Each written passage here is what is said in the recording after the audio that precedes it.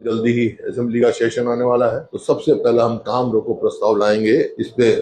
IDFC जो है small bank और कोटक महिंद्रा बैंक में जो अपने हुए हैं, आपको याद होगा जब हमारा राज्यसभा का इलेक्शन हुआ उसी टाइम मैंने नीचे आके कहा था कि भाई जो हमारी वोट कैंसिल हुई है तो रिटर्निंग ऑफिसर ने किया, हमने शिकायत भी लिख कर दी है उसमें इलेक्शन कमीशन में लिख के दी है। क्यों? क्योंकि बैंक स्कैम में शामिल है, इससे जबरदस्ती करवाया और वो सिद्ध हुआ। उस टाइम तक उसका नाम भी नहीं आउट हुआ था, आप देख लो। तो ये एक सिद्ध करता है ये किस तरह इनका गलत इस्तेमाल अफसरों का किया जाता है। ये इस पर काम रोक लाएंगे। कॉलिंग अटेंशन जो है कानून व्यवस्था, ये प्रॉपर्टी टैक्स में जो धांधली की इन्होंने, मतलब अब कलेक्टर रेट भी लेते हैं, जब मर्जी बढ़ाते हैं, जब मर्जी कर देते, बढ़ाते रहते हैं। उससे पहले ही महंगाई से कमर टूटी हुई है, खासतौर पर गरीब और मध्य वर्ग की, और कमर तोड़ने का प्रबंध कर रहे हैं इसमें। इसी प्रकार आपका जो बारिश हुई है, बारिश लेट हुई लेकिन जो बारिश हुई शहरों में और कई जगह बड़ा भारी नुकसान हुआ, उसके कॉम्पनसेशन, क्योंकि इसके लिए पूर्ण तौर से सरकार जिम्मेवार है। ना तो ड्रेनेज साफ किए गए, ना सीवर साफ किए गए, वहाँ बहुत बुरा हाल है उसमें, तो उसके लिए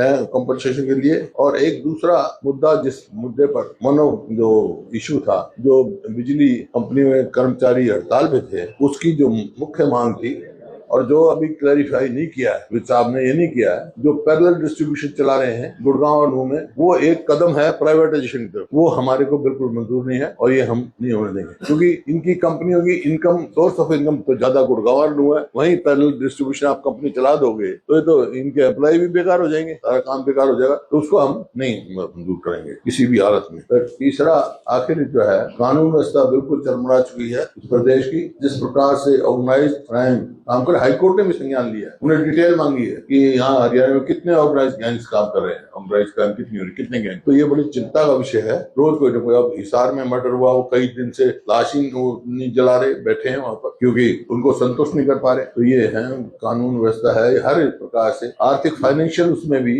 हरियाणा बहुत पिछड़ गया। बाकी तो मेरे पास बहुत डिटेल है, वो तो मैं बाद में दूंगा भाई आज कहाँ से कहाँ पहुंच गए। नंबर 1 था, आज तकरीबन हर चीज में 18 बड़ी स्टेट है, उनसे 14वें नंबर पे, किसी में हम 11वें नंबर पे हैं, किसान पे, कर्जा पे हम 4थे नंबर पे हैं। रोहतक, गेट रेडी, प्लूटस आ गया है, नॉर्थ इंडिया का biggest family entertainment centre. Go karting, trampoline, VR, bowling, arcade और किड्स प्ले एरिया के साथ अनलिमिटेड फन एक ही जगह। पार्टीज, स्कूल ट्रिप्स या फैमिली आउटिंग्स, हर मोमेंट बनाए स्पेशल। विजिट प्लूटस रोहतक और एक्सपीरियंस करें रियल फन।